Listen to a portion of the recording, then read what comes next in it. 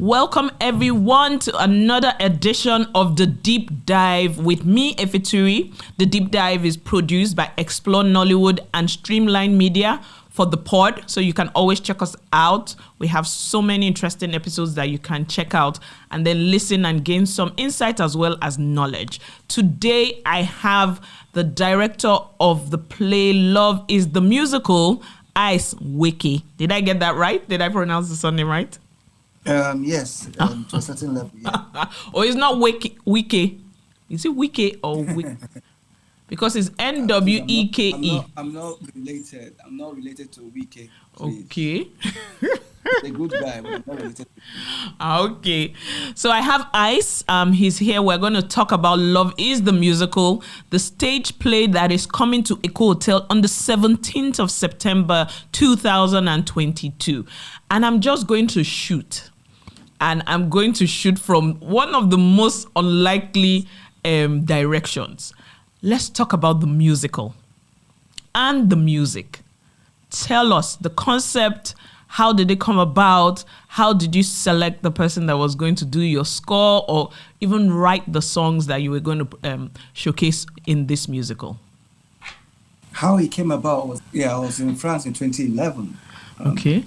I have a theater background. In theater, there is something that we call skits. Yeah, skits. There's something that we call skits in theater that we can just do a short version of a story for like 15 minutes or 20 minutes. And I wanted to do something like that. And I titled it The Love Thing. So I had some basic ideas of clips of stuff to actually throw into the skits. But the more I tried adding it, the more it was expanding. I was like, okay, this is not a skit anymore. This is like a production proper. So the upper week I was in France for a training, like 2 weeks training. I was with different people. And while I was walking, dancing, rehearsing, partying, I asked the question, what is love, to one of them. Okay. Then the reaction of the answer sent me to asking about 50 people, and they are from not just French, they are Americans, they are Russians, they are Chinese, because the convention pulled in people from all over the world to that to Paris for a convention. So the first answer was love was pain, and that threw me off balance. I didn't expect it. Coming from Nigeria, coming from what we've been taught over and over that love is, that any Nigeria you can touch will tell you that love is patient, love is kind of, start listening at all of that. But hearing that love is pain, and I was trying to recover from that, hoping to get a better answer from another person. Okay. I asked another person, they said love for them, they don't want to talk about it because when the word love is mentioned, it brings rejection and so many other things. I don't want to say that love is sex. I was like, dude, I almost went to shake them. We're like, what are you saying? But it occurred to me then that society has a way of presenting to you an idea of a thing. Yeah. And because we are born in different societies, we are sometimes our lifestyle, our sense of perception is modeled towards that way. It's only if you choose to break away from that clutches of the thing that society can present to you. And if you grow up in a society whereby love is giving flowers, you find out yourself that your definition of love is more on the buying flowers and expressing love openly and everything. Like in France, if you go to France, on the streets you see people holding each other, kissing each other and all of that. It's they believe love is meant to be expressed openly if you really love the person. Yeah. But in Nigeria, society keeps on in a way that if they see you kissing on the street, people will shout at you. People will gather around you. We're not a PDA country. We accept. We wouldn't do PDA. So people say on the streets. Tickets. Yes, tickets. Yeah. So even some older women might even want to chase you guys away. That you guys should want to stop what you're doing. Yeah, get a room. Because society tells us not to express love openly. And in another country, they express it openly. In another country, so it's all those societal influences gave those answers.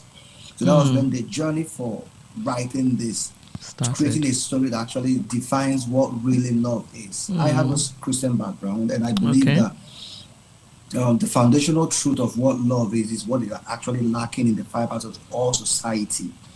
We are taught in school that love we're taught in school that charity begins at home, that love begins at home. We're taught in school too that the bedrock of the family is the bedrock of a society. That means that everything about the family society is hinged on the family, a man and a woman coming together, and what they give birth to is very, very important because it influences the society, not the other way around. Because what we see in the society is the reflection of what is at home. Yeah.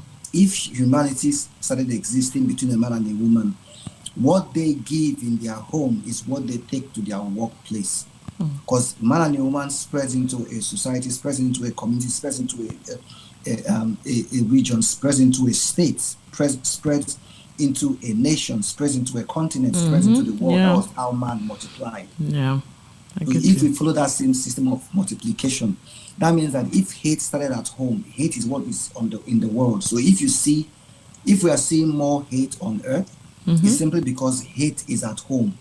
If we see more love on earth, that means love is at home. So the absence of love is hate.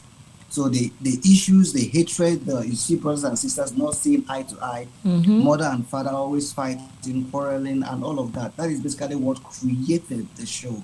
Yeah. So basically, we created a show that is telling the story of, because as artists, I studied theater arts and visual arts in school. One of the things they told us clearly is that our duty as artists is to mirror the society.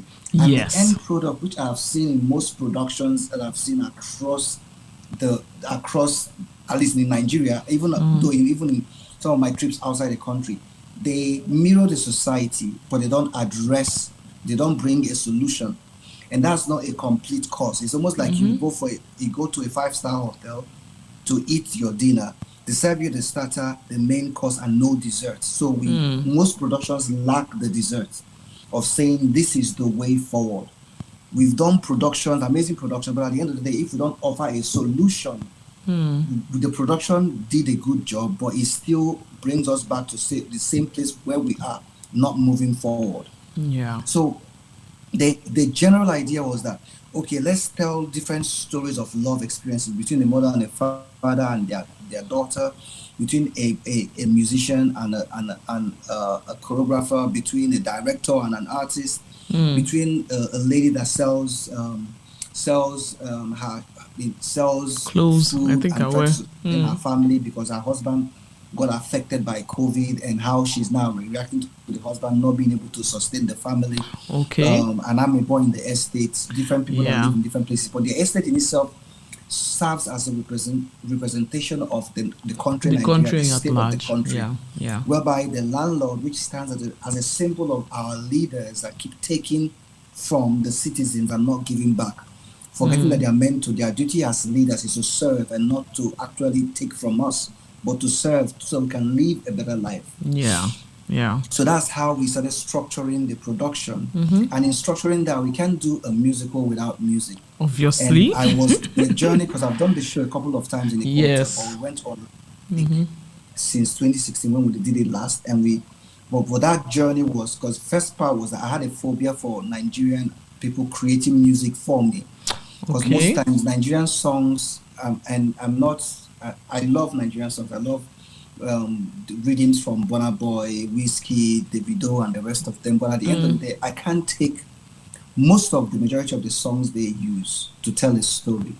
I can use an Asha song. I can use a Johnny Drill song. I can use some Simi song or because sometimes their song goes beyond just the dance and shake your bum. That's very correct. Thing that they probably do. They tell a story that you can actually take with. But for musicals, so then I couldn't work with them. So I work with mostly Western songs.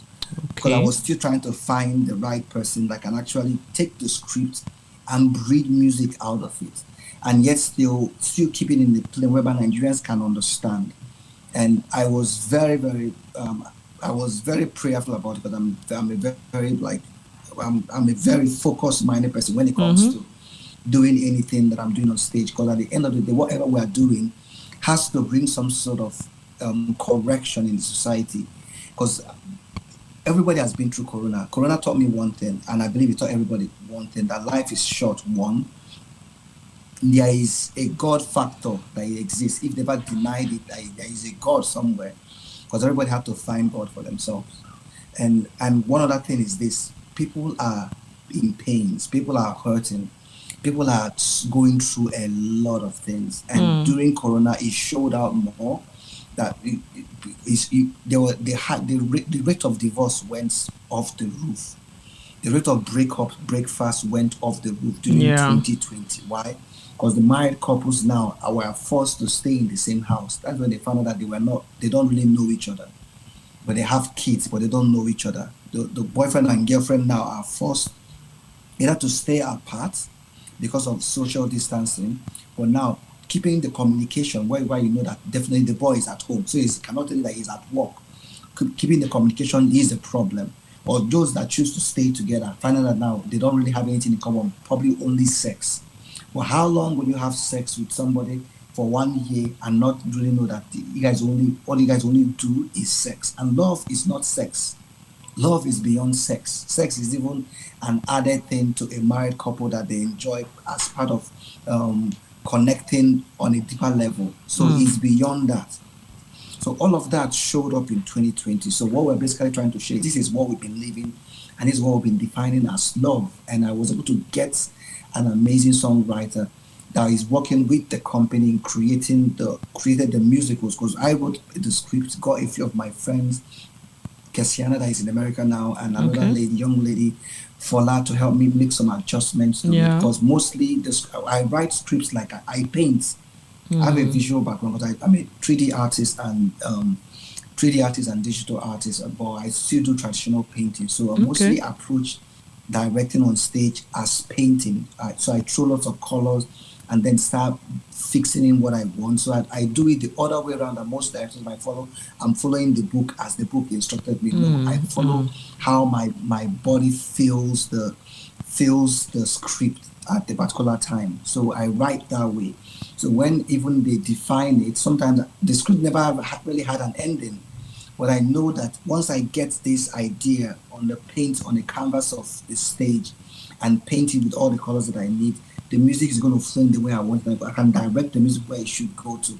So I was able to get somebody that understands how I work to create the music. So the music flows in and out.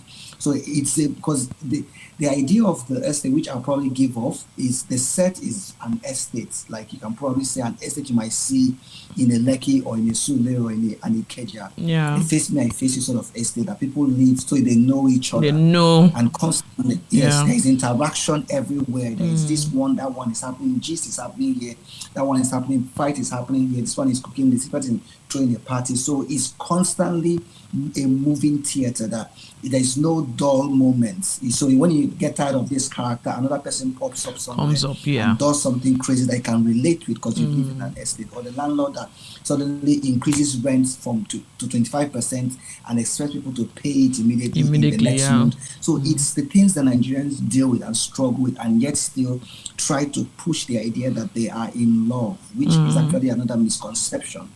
So that's basically how we're able to run through it. Got the scriptwriter, work with a few of my friends to help me adjust the script, and then the music director to create the scores for it. It's something else. It's out of this world. That's what I promise you. So just even seeing, I know we got a snippet because again you had a couple of us come together for the private viewing.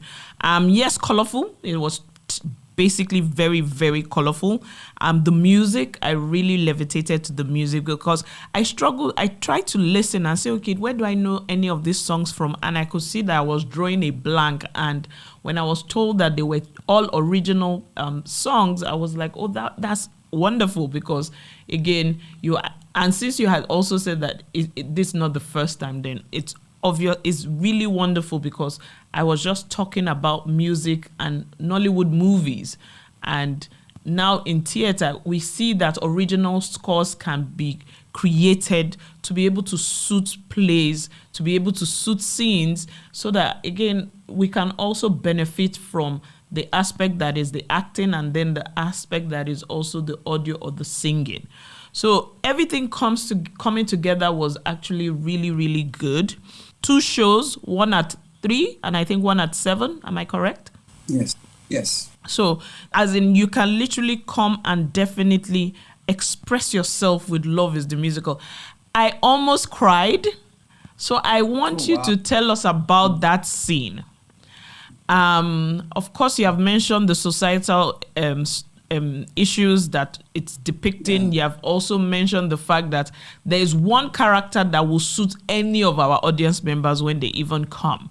And that last scene was very, very heartbreaking. So I was like, you know what? I like how it's flowing. Everything is all fine and dandy. It's all fun. It's comical until I got to that scene and I was like, oh, why does everything have to be so sad? And I was like, no. So the combination, and if you do go out, my listeners, if you do go out to see Love is the Musical, that combination of song and dance, that thought, I can't say it any more clearer than that. Just literally hits me, because people are going through life the way that dance happened. And I was like, how did you think that up? How did you say, you know what, this woman has gone through life, this woman has gone through several different men, all different stages, and then how did you bring it to dance? Because that lady, kudos to her. Real kudos to her. Also kudos to, of course, Chinele Ngbonu, who, by the time she finished, you could tell that she was exhausted. Like I have seen. And I'm like, no. I was like, I can't be the only one crying here. No, I can't be crying. Why do I want to cry? How did that enactment come? How did you just conceptualize that this is how we're going to run this? How did that come about? The previous shows, we've just done dance to depict that with poetry, yeah? But I actually missed something. One thing about that show is it was a God-given vision. Love it. Yeah. That's the first part. From the very first day I did it in Eko Hotel in 2012, it was like God said, I needed to do this, and this is the story. But I didn't really get the full idea completely. But I did it. It was well. We had expatriates in the audience. We had Nigerians in the audience. They were like, wow, they clapped and they were like, they enjoyed it. During COVID, and everybody had more understanding of their life during COVID. I had mine, and COVID period. That was when, while meditating, I was brought to mind. Got brought to my mind to understand that story, that lady. The person he told me was simple.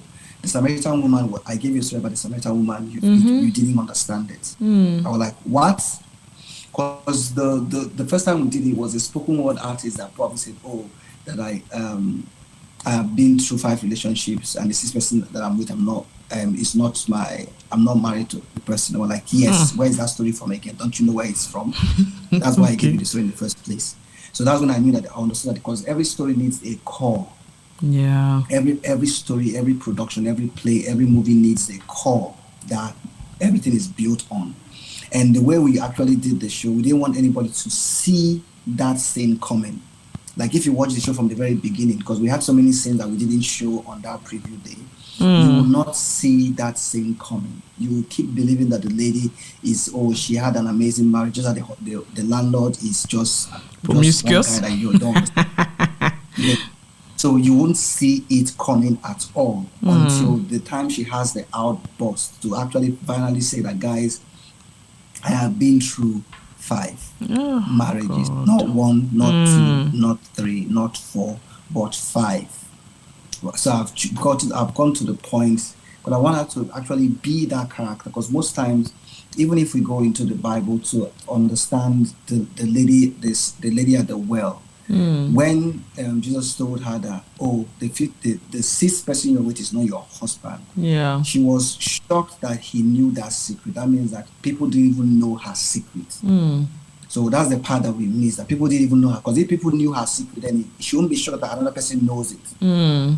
But she was keeping away to herself. Probably the last person she was married to in that area, she broke up. So she's basically hiding the whole story about all the people that she has married.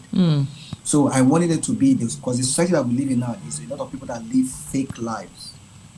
They don't have anything at home, or they post pictures that tell you that, oh, they are in Germany, or they are here, or they are living the life while they are actually suffering. And another person that is seeing that video or that post on Instagram or social media that even has more is going into depression because of somebody that does not have anything but is lying on social media.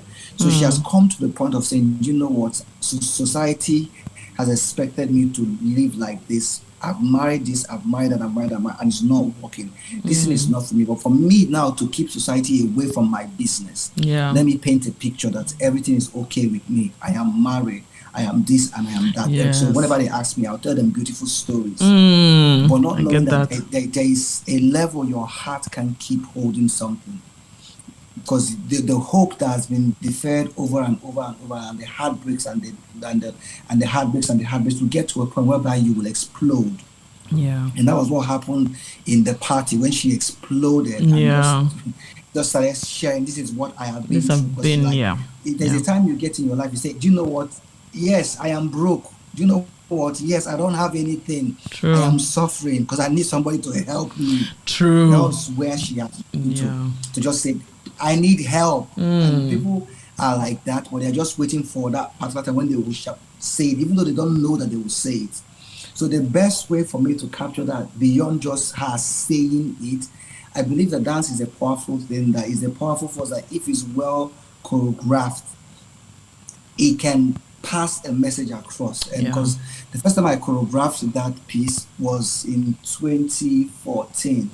And I was saying that maybe I can change it now that I'm doing it again in 2022. Yeah. But when I went back to look at the video, I was like, no, there's no other choreography that I can create that can best describe this thing. So let me now keep the same choreography, connect with her words and her song and everything to drive the emotion to a point whereby anybody that has experienced that, been through that, can be open. The part of doing that, what we put it in the show, is that I believe that surgery, a spiritual surgery, will happen on that show on the 17th of September. Awesome. The last says that let's go to the spiritual underground game. The spiritual surgery that will happen on that day. I'll leave it at that. So I think we shouldn't give out any more. I think we've done justice. Now, if you want to experience the spiritual surgery like Ice has mentioned, you need to come over to Eko Hotel on the 17th of September. There will be 2 shows, one at 3 and another at 7. And of course, by the time you have experienced it and you have been lifted, please do share it on social media. Love is the Musical is on all social media platforms. So do share it so that we can continue bringing joy, shine a light on the issues within the country, as well as just depict what each and every one of us in our own way is going through and what we can learn from it. Ice, I want to say thank you for this conversation. Thank you for joining the deep dive. So thank you very much again for coming through, Ice. Go see Love is the Musical. You can also check out some of because I had some videos and pictures. You can check it out on www.explorenollywood.com. Explore is with an X, XPLORE, Nollywood. You can check it out. You can see the cast, and of course, make yourself available for the 17th of September at Eko Hotel and Suites. Thank you, Ice. Thank you.